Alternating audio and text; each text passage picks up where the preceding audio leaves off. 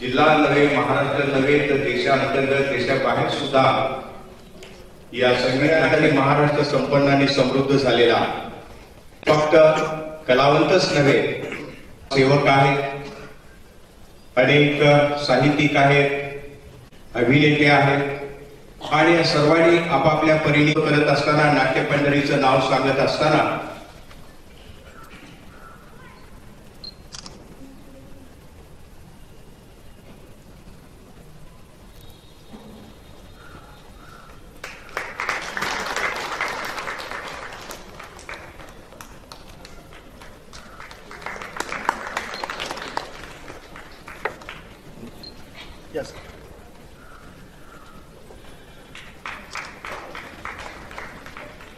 सन्माननीय सर्व पाहुण्यांच्या हस्ते रंगा पाटील स्वागत करतील.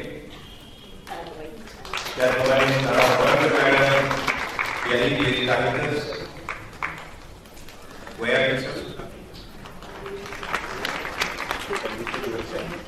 शाळा प्रदान करण्यात आलेले आहेत. स्मृती चिन्ह आणि गुलाब देऊन सत्कार गांधी हे त्यांचं क्रांतिकारकत्व आहे. नुसती शाळा काढली, शिकवलं एवढं क्रांतिकारकत्व नाही. शेवटी काल कुठला आहे आणि प्रतिरोध किती आहे, नंदा जे करते आहे त्याच्या पाठीमागे ही सगळी परंपरा आहे.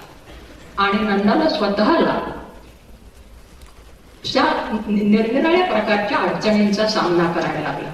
बाईची जात मोठी चिवट असते बघा. जुन्या काळामध्ये म्हणी फार चांगल्या असायच्या. बाईची जात हरळीसारखी, उन्हाळ्यामध्ये मरून गेली असं वाटेल, पण 4 पावसाचे थेंब पडले की हिरवळ फुटायला लागते. किंवा ती निवडुंगासारखी असते, कुठं पण टाका लगेच तिला फांद्या फुटायला सुरुवात होते. नंदाला अडचणी आल्या पुष्कळ आणि त्या अडचणी पार करत करत करत करत तिने ही सावित्रीबाई उभी केलेली. लक्षात घ्या, विरोध जितका मोठा तेवढी प्रतिक्रिया मोठी असते आणि ती नंदाच्या या प्रयोगामध्ये दिसते. तिने सावित्रीबाई करतेच आहे, ती जिजामाता करते आहे.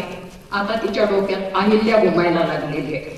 त्या नाटाचं असं असतं, आम्ही कलावंत नेहमी म्हणतो, या रंगमंचावर मी 20 वर्ष काम केलेली बाई म्हणून सांगते, झपाटली जाते भूमिकेने. झपाटतं माणसाला, भूत जसं झपाटतं ना तसं तोंडाला रंग लावला की ती भूमिका अंगात शिरते, झपाटते. तसं तिचं अभिनंदन तर करायलाच पाहिजे. तिच्या अभिनयाचं, तिच्या कष्टाचं जोरदार टाळ्या. एक पात्री कार्यक्रमाच्या निमित्तानं त्या ठिकाणी उपस्थित असलेले एक थोर विचारवंत साहित्यिक, ज्यांचं नाव आपण रेडिओवरती नेहमी ऐकतो, त्या प्रमुख पाहुण्या आदरणीय तारा बाबाजी, ज्यांचे विचार आपण या ठिकाणी ऐकले, त्यांचे सहकारी मित्र आदरणीय पवारजी, सावित्रीबाई फुले कुटुंबातले या ठिकाणी उपस्थित असलेले सर्वच मान्यवर, सावित्रीबाईंना बघायला ऐकायला उत्सुक असलेले या ठिकाणी उपस्थित असलेले सर्व प्रेक्षक, पत्रकार बंधू आणि भगिनी,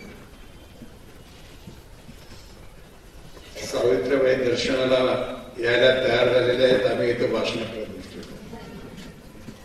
तेव्हा मी माझं भाषण जास्त न लांबवता खरोखर डॉक्टर नंदा पाटील त्यांनी आपल्या या सावित्रीबाई फुलेच्या जीवनचरित्र आपल्या समोर साकारत असताना एक मूर्तिमंत उदाहरण त्यावेळच्या सावित्रीबाई ते आपल्याकडून सादरीकरण करतात. मी हुपरीला पहिल्यांदा त्या ठिकाणी त्यांचा कार्यक्रम बघितलेला होता आणि खरोखरच आजच्या या नवीन पिढीला सावित्रीबाईंना आपण ऐकतो, प्रत्यक्षात बघितलेलं नाही, पुस्तकातून वाचतो. त्यावेळेला स्त्री शिक्षणाच्या बाबतीमध्ये ज्या समाजातून तो आल्या त्या समाजात तर अजिबात शिक्षणाचा काही उद्देश नव्हता. आणि अशा परिस्थितीमध्ये